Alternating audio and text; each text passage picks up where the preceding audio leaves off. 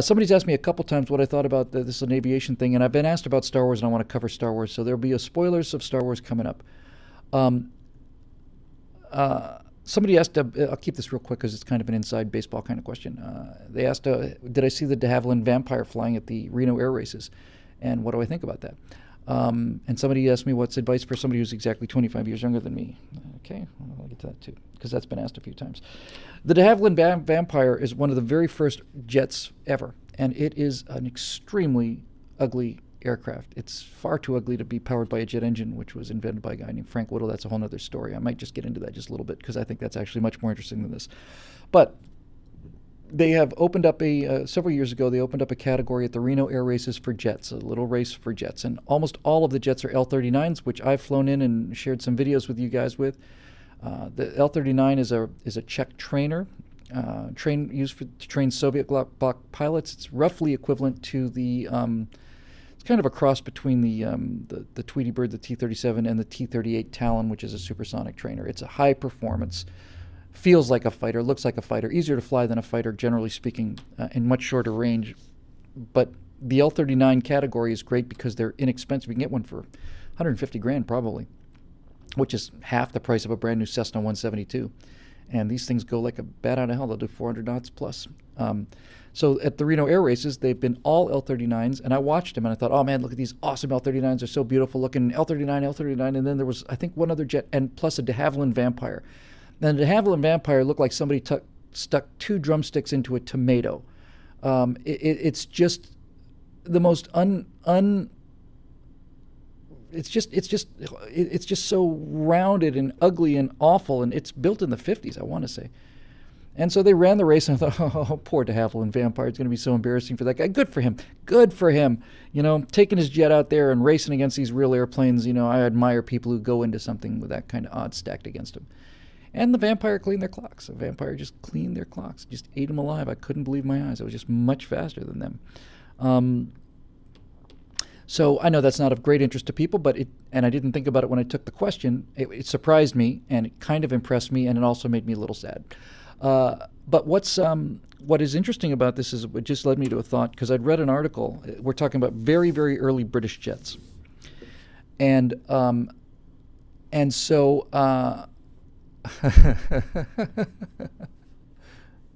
so Scott Ott wants to know what's my personal weakness that somebody could use to employ against me during, let's just say a panel show. You'll get that personal weakness from me, Scott Ott, when you pry it from my cold, dead fingers. But I do want to talk a little bit about the Frank Whittle thing just for a minute, because I've never really talked about him before. Everybody asks me, are you related to Frank Whittle? And it's like, well, I come from England, and the Whittle clan comes from the White Hills. That's where it comes from, White Hill in Lancashire. So I'm sure Frank and I have very similar ancestry back maybe 4 or 5 generations in the coal mines up in northwestern England, but he's certainly not family. He's not related to me directly in any way. In terms of he's my uncle's cousin, no. But undoubtedly there's a connection back there. But I do want to talk about him for a minute because it's an interesting story, and it's an interesting story, I think, in this way. I read an article about Frank Whittle not too long ago. I was on the 100th anniversary of his birth, and that would have been, I want to say, 2007, somewhere in there. He was born around 1907, something like that. So this article was written in a newspaper, British newspaper, and it was written by a Brit about what Britain does to its inventors. And here's the story. So Frank Whittle's is a real bright kid, and he joins the RAF, and he joins the RAF, and he becomes a flight engineer, and he essentially writes a term paper, and he writes a term paper on the idea of getting extra energy out of an engine. Now, here's what makes a jet engine work, and this I think is actually generally interesting to the general population. The reason that jet engines work, and the reason that rocket engines are even more powerful than jet engines, is not that they're burning different fuel. If you have a diesel fuel car, and you have a jet fueled jet, and you have a rocket, they're all essentially burning kerosene. Essentially, Diesel fuel is a little different, but they're basically taking something flammable like alcohol or diesel fuel or gasoline, and they're all burning basically the same fuel. The density energy of the fuel is about the same. So why do you get so much more power out of a jet engine than you get out of a piston engine? And why do you get that much more power out of a rocket engine compared to a jet engine? And the answer is, and this is why the jet is so effective and why the invention was so simple, why the invention of the jet engine was so simple. The difference between a piston engine, internal combustion and airplane engine versus a jet engine versus a rocket engine is what's happening to the oxygen. That's the only difference. The reason they're so much more powerful is only because the oxygen density is so much higher. And it's a nice simple progression. In a traditional piston engine, airplane engine, or the piston engine that drives your car for that matter, you take a cylinder.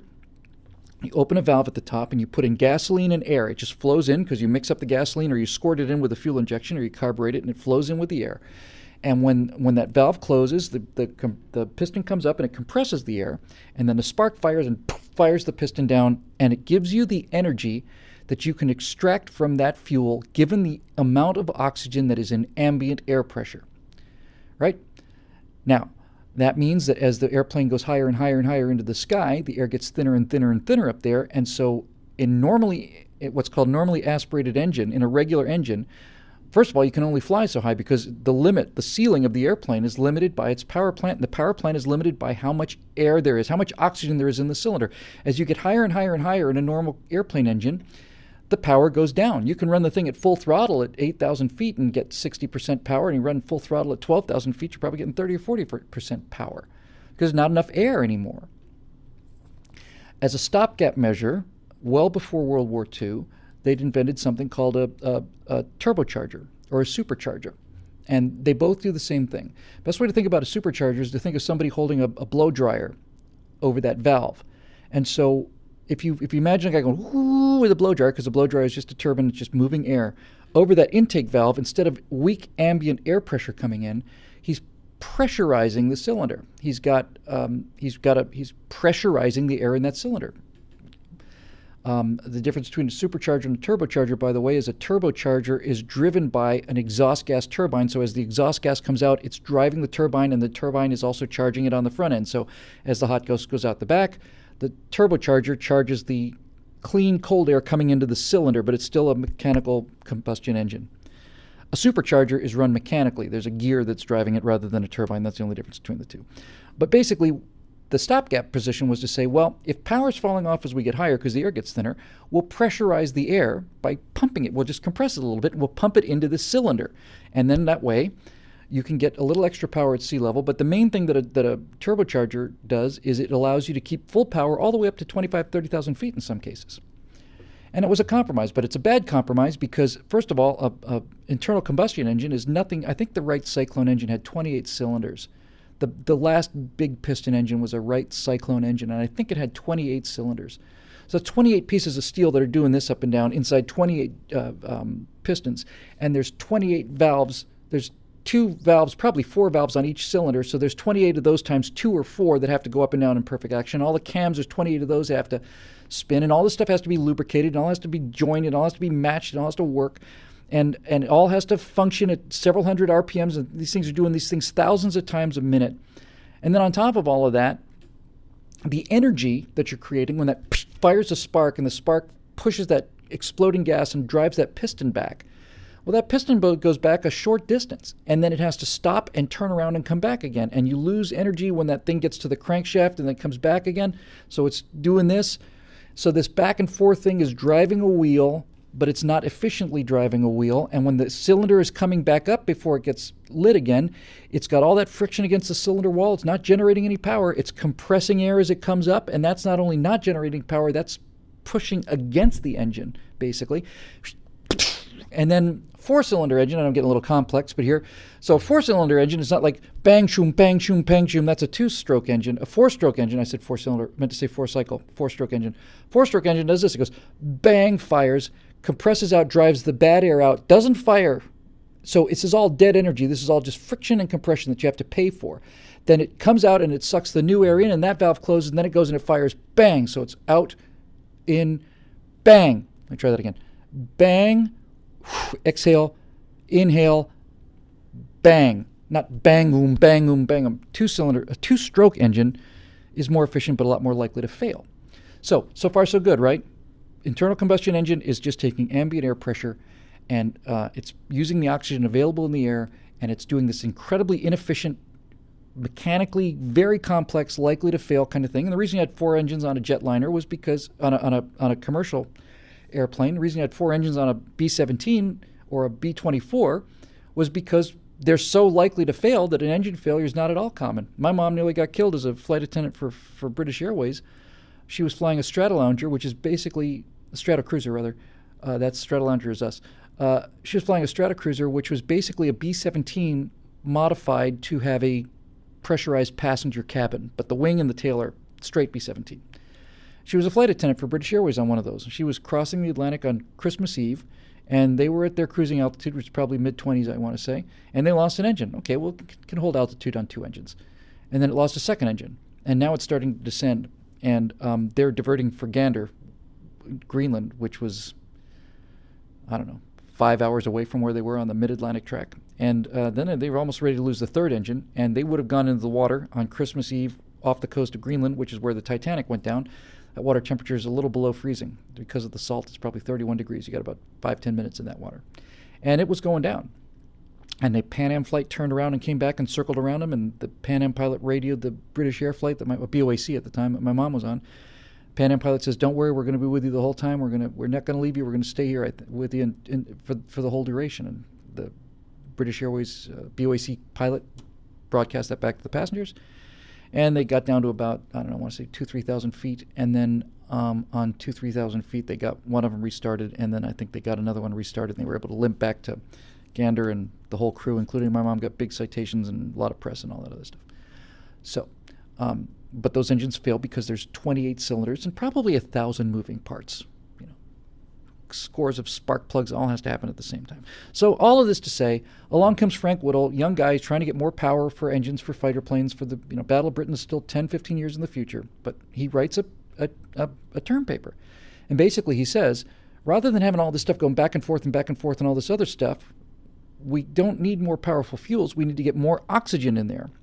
So he basically comes up with the simplest mechanical device you can make, with the exception of a rocket, which is actually simpler.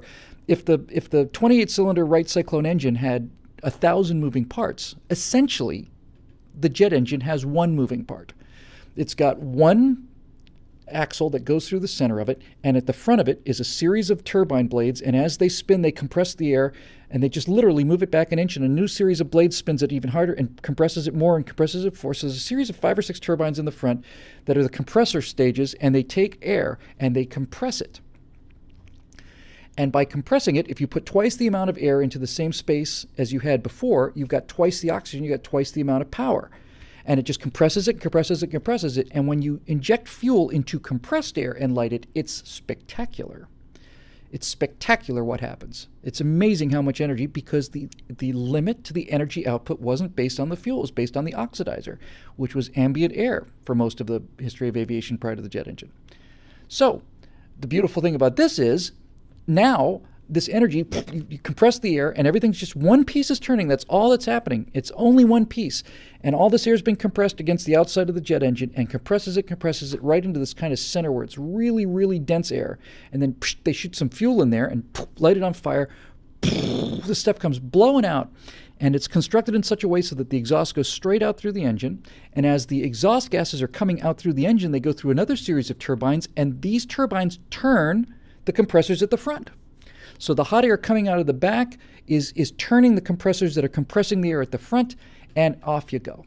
Now, as it turns out, there's an even simpler way to make a jet engine. That's called a ramjet. And basically, if you're going fast enough, you don't even need the compressors at all.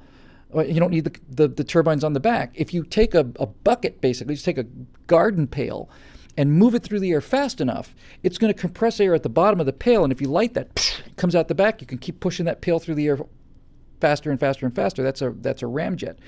But the problem with a ramjet is you have to be moving pretty fast before it's going to work. Nice thing about this turbine, this gas turbine engine, that's a proper name for it, the jet engine, is that it will work at sea level at a standing stop. It'll start compressing air and pump it in there, and off you go. So that's why the jet engine works. And the neat thing about a jet engine is, unlike the combustion engine, which gets weaker and weaker and weaker as the air gets thinner and thinner and thinner, that a jet engine loves it up there.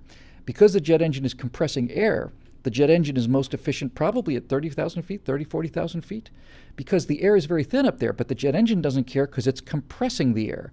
And while the air is very thin, that's bad for power.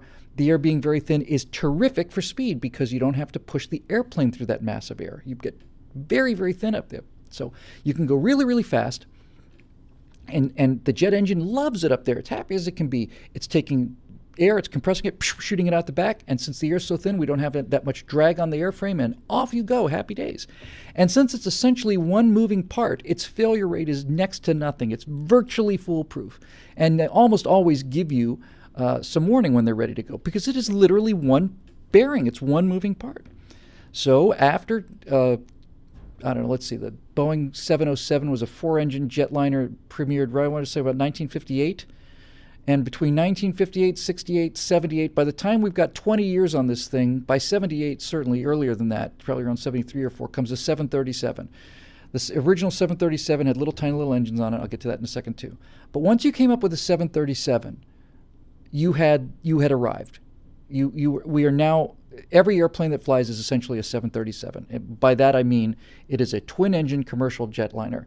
That is the final evolution of the design in terms of the technology we have now, and we haven't done anything different since the early 70s. 2 engines, one under each wing, as close together as possible, so if one fails, you don't have a lot of differential thrust. The engines are so reliable that we don't need 4 of them anymore. 2's enough, and they're so powerful now, and this is the difference. They're so powerful now that in order for an airplane to be certified, for a commercial jet to enter service, and this is a perfectly reasonable requirement, it's got to be able to climb with one engine dead. In fact, that's the only reason you would ever have a twin-engine airplane, right? Take a twin-engine airplane like the DC-3. 2 propellers, classic DC-3 C-47 from World War II. Why do you have 2 engines on that? Well, obviously you have 2 engines in case one fails. But if you have 2 engines, you're twice as likely to have an engine failure, right? So the trade-off is it's enough power to climb on one, but it really needs 2 to do the job. So right now, we have a twin-engine jet, and that's awesome. I'll make one more quick adjustment to the jet engine. This is not something Frank Whittle invented. Frank Whittle invented the idea of a turbine compressing air into a combustion chamber and having the hot gas come out the back and have it driving the whole system. That's the gas turbine engine, and they say it was co-invented by Frank Whittle and a German guy, but that's not what happened. Frank Whittle invented it. His paper was patented. The Germans got a hold of the patent, and everybody who worked on the German jet engine, which actually flew first, there's no question the German jet flew first, but it's only because the Germans didn't throw it away. Everybody who was questioned about the development of that jet engine, I forget the name of the German engineer who came up with it. Every one of them said, no, we read the Frank Whittle paper. Once we read the Frank Whittle paper, there's nothing to it. Now, one more thing to say is this. The original jet engine that Frank Whittle designed, and the jet engines on the 707, the jet engines on the first 737s, the jet engines on the 727s are very narrow. They're very thin. If you see a really, really old 737, it's like somebody hung 2 straws underneath that wing. It's amazing how small those engines are. And those jet engines are true jet engines. They're true. It's a true jet engine in the sense that all of the air goes through the engine, is ignited, and comes out the back. But what they realized probably in the late 60s, early 70s was this. You've got that turbine that's driving the compression turbines, right? That's making the whole jet engine work. So far, so good. But they're generating a hell of a lot of mechanical force there, a lot of mechanical force. And that mechanical force is eventually being wasted. In other words, you've gotten a lot more energy out of the system than you can move by moving it into the compressor. So what they said was, hey, got a genius idea. In front of the engine now, we're going to put really big blades. And when the engine turns, the part around the engine core is going to compress that air, and it's going to go through the engine just like everything else. But the rest of those blades are just going to be out spinning for free in the air, and it's going to generate a hell of a lot of thrust. So when you look at a jet engine today, it's called a turbo fan engine. The turbofan engine, a good way to think of it is every engine you've ever flown on, well, you ever fly on today anyway, commercially, is essentially a jet turning a propeller that has 40 blades on it. That fan, most of the air on that fan is going around the engine and not through it. And the reason I bring all this up is for those people that talk about chemtrails. People say contrails didn't used to look like this back when I was growing up. You're absolutely right. Contrails used to be much thinner when I was growing up. Yes. And the reason they look different now is because our government is spraying poisons on us, and thousands of hours a day they're spreading poisons on us because the contrails look different and they last a lot longer. You just have to ask yourself. I did talk to somebody who believed in the chemtrails once, and I said, so tell me how this works. What do you mean? Explain it. You're convinced that these jets are spraying residual poisons, which is why you see these contrails up there now, when you didn't before, lasting for hours. So how does that work? Well, what do you mean? Are they commercial jets or are they military jets that are spraying the poison? I don't know. Well, they got to land somewhere, right? Air traffic control has to see them, right? I mean, you can't have all these jets flying up there in the jetways, and every time you look at a passenger, when you see a black jet owned by the government spraying all these poisons on people, so it doesn't really sound like it can be military jets, right? Right. Okay, that's it. So you're saying that commercial pilots and commercial airplanes are spraying these poisons. Yeah, that's it. Well, how does that work? There's 40,000 flights a day in this country, and pilots don't get to fly all of them. Several pilots for one airplane over the course of a day.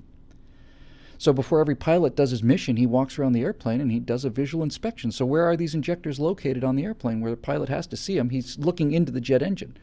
So you've got 100,000 pilots a day flying in this country, flying 40,000 commercial flights. How come we don't see them? How come the pilots don't go, what the hell is this thing doing here? My God, that smells like arsenic. Why doesn't he report it? And at this point, this is when I knew it. This is when I began to realize to my dismay how so many people think. This woman said to me, well, they don't report it because the government pays them a lot of money. And they said they're going to kill their families if they tell. So I basically said, so you're telling me that every commercial pilot who flies for a living in this country is in on this conspiracy, and they're doing it to make money under the table, and furthermore, if any single one of them speaks up, they're going to kill their families. Yep. They're kind of killing their families right now, though, aren't they, if your theory's correct? I mean, you're basically saying that these people are paid to spray poison over forget their own country, forget their own citizens. They're being paid to spray poison over their own families, right? Over their own kids, over their own wives, right? And there's 100,000 people that go through this every single day, not to mention all the people on the ground who have to fill up these toxin tanks on the airplane, not to mention all the support people who have to drive the trucks full of the poison that then have to get onto the airport to spray them into the jet injectors on the commercial flights so they go up and shoot this poison over people. And there's probably 250,000 people in on this conspiracy every single day for the last 30 years. That's what you're telling me? Yep. Well, I'm telling you that I think there's a different explanation for why contrails last longer than they used to, and the reason is because the jet engine is designed differently because it's much more efficient. As I said before, all the energy on a jet engine used to go right through the engine, so you used to take a small amount of air and move it very, very fast through the engine. And that made a small contrail because a contrail is caused by hot gases condensing and forming ice crystals at altitude. Now, since about 1979 or so, somewhere in there, since the early 80s, these high bypass engines don't just take all the air through the engine. Most of the air goes around the engine. So instead of a little bit of air moving very fast, it moves more air a little more slowly. And the total width of the contrail is probably, 5-6 times what it used to be before. So now you got this whole giant mass of air that has a hot little core in the middle, and when conditions are right, it forms a huge amount of ice crystals compared to what it used to do before. Now, which one do you think is more likely? Because if I showed you a picture of a jet from when you were a kid, a jet engine, I'll show you a picture of a 707, and you'll see how big the engines are, and I'll show you a picture of a 747, which does have the high bypass engines. You'll see how much bigger they are, how much wider. So which one do you think is more likely? And then you realize that people are nuts. Well, first of all, it's not really fair to them because no one's ever really explained it to them before. Once you explain it to them, they realize how untenable this stuff is. But until you do, what the hell do they know about jet engines? They're told that they're being poisoned. They see contrails up there they didn't see before. I don't blame them. I just blame the lunatics that are lying to them. And I kind of blame the people like us who haven't explained it to them before. It's a much more persistent contrail because the amount of volume exposed to the heat and the cold is enormously larger than it used to be. It's been that way for 30, 40 years. And there's nothing mysterious about it, and the number of people involved in the conspiracy is zero. Zero. And the fact that so many sensible people can believe this kind of stuff is an indication of just how awful our education system is, how awful our science education is, and how awful the perceived level of the government is, and so on. So anyway, that's that. Oh, and by the way, just going to say to the rockets. So if you want to really have some fun, because the whole rant that I just did was about energy density based on oxygen. If you really want to have some fun, go look on YouTube and look up barbecue with liquid oxygen, because if you had a lot of energy from oxygen in compressed air, just imagine how much energy from oxygen there would be in air that was compressed so much it was turned to liquid oxygen. If you compress air enough, it'll actually turn into a liquid. Theoretically, if you press it enough, it turn into a solid. So when you get to a rocket now, you're talking about oxygen density so high that in order for it to function, it's got to be stored at 270 degrees or whatever below zero, because we've got to keep it as a liquid, because liquid oxygen is so dense in oxygen that this is the point I've been trying to raise with this whole thing. I love talking about jets, but the thing that's so interesting is the fuel for a propeller engine and the fuel for a jet engine and the fuel for a rocket engine is essentially the same fuel. It's basically either kerosene or alcohol. It's essentially the same thing. It just burns. So it's much more powerful because of the oxygen load.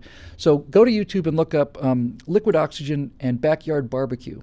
And you'll find a few people who've taken a normal backyard barbecue, normal coals, and this is what I love about this. We all know how much heat comes off of a charcoal grill. We all know how much heat comes off a charcoal grill, because unless you're a communist, you've been grilling meat in this country since you've been a kid. So you know how much heat a charcoal grill will generate. And it's something we can all measure. We're used to it. We know exactly how much heat it radiates. And then that's because those charcoals are the same. The coals haven't changed. And a normal charcoal grill is taking the oxygen that's available to it from normal standard air pressure. But if you blow compressed air on that thing, that's what a bellows does, by the way. You know, the reason a furnace,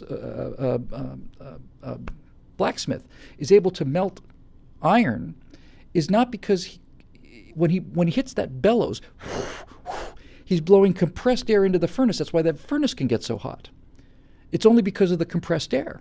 That's what the bellows is doing. It's a very inefficient compressor that's adding heat to the furnace that the blacksmith is using by adding oxygen to the fire. But if you take a look at this thing where you'll see just a regular charcoal grill and it's filled with regular charcoals and it's just doing this lovely warm hamburger thing, and somebody puts some liquid oxygen in there, it's like a nuclear bomb. It's incredible. It's incredible how hot that'll burn. It's just great. It's just great to know. Great to know. I think it's cool. You may not, but I do. It's my show. That's how it works. Anyway.